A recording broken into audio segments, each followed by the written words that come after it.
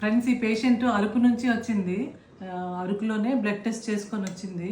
Sugar levels random levels 274 ఉన్నాయి. ఇంతకు ముందు చెకప్కి వచ్చినప్పుడే నాకు డౌట్గా ఉంది, బ్లడ్ షుగర్ చేయించమని చెప్పాను.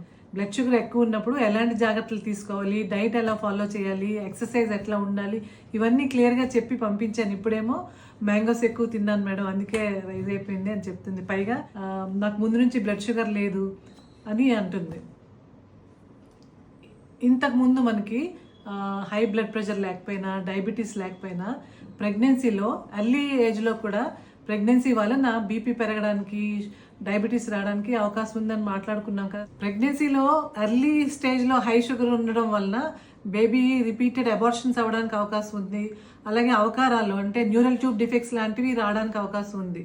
అంతేకాకుండా ఈ బ్లడ్ షుగర్ హై లెవెల్లో కంటిన్యూ అవడం వల్ల వాళ్ళ రక్తనాళాల్లో ఎంతో కొంత డ్యామేజ్ ఉండి లోపల క్లాట్స్ అనేవి ఈజీగా ఫామ్ అయిపోతాయి. బ్లడ్ ఫ్లో దానివల్ల ఫ్రీగా ఫ్లో అవ్వకపోవడం, బ్లడ్ ఫ్లోకి రెసిస్టెన్స్ రావడం వల్ల బ్లడ్ ప్రెషర్ ఎక్కువ పెరగడం, మదర్కి హైపర్ టెన్షన్ రావడం, దానివల్ల ఆటోమేటిక్గా బేబీకి బ్లడ్ ఫ్లో తగ్గి గ్రోత్ తగ్గడం, ఉమ్మనీరు ఇంకిపోవడం, తర్వాత అర్లీగా నెలలు నిన్నకు ముందే డెలివరీ అయిపోవాల్సిన పరిస్థితి రావడం, కొన్నిసార్లు సైలెంట్గా కడుపులోనే బేబీ చనిపోవడం, ఇలాంటి చాలా హై రిస్క్తో కూడిన కాంప్లికేషన్స్ ఉంటాయి. అందువల్లే మీరు వచ్చిన ప్రతిసారి ఈవెన్ యంగ్ ఏజ్లో మదర్ ఉన్నా కూడా ప్రతిసారి బీపీ మెజర్ చేస్తాం, దానికి అంత రిస్క్ ఉంటుంది కాబట్టి.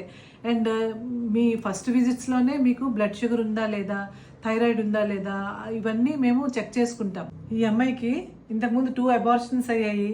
ఇప్పుడు బీపీ ఏమో 140/90 ఉంది. ఇంతకు ముందు బీపీ 120/80 నార్మల్ ఉంది ఇంతకుముందు, ఇప్పుడు 140/90 ఉంది. ఎందుకు చెప్తున్నానంటే మినిమం ఎడ్యుకేషన్ అయితే అందరికీ ఉంటుంది కదా. ఈ అమ్మాయి కూడా టూరిజం అండ్ హోటల్ మేనేజ్మెంట్ చదివే కదమ్మా. In spite of that instructions కరెక్ట్గా అంటే మనకి తెలిసిపోతుంది కదా, బ్లడ్ టెస్ట్లు నార్మల్ రేంజ్లో ఉన్నాయా లేదా అని తెలిసిపోతుంది. తేడా అనిపించగానే ఇమీడియట్గా మనకి ఇన్ఫామ్ చేయడం, ఇన్స్ట్రక్షన్స్ ఫాలో అవ్వడం, స్ట్రిక్ట్గా షుగర్ కంట్రోల్ చేసుకోవడం, ఇవన్నీ లేకపోతే ఇంత రిస్క్ అవ్వడానికి అవకాశం ఉంది. సో పైగా నాకు ఈ అరకు కాఫీ, ఇంకేవో టర్మరిక్ పౌడరు అక్కడ నుంచి గిఫ్ట్స్ తీసుకొని వచ్చింది. దానివల్ల will not be happy.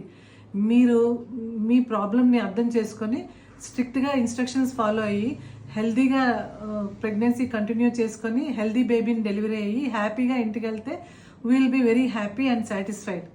So please take care of your health.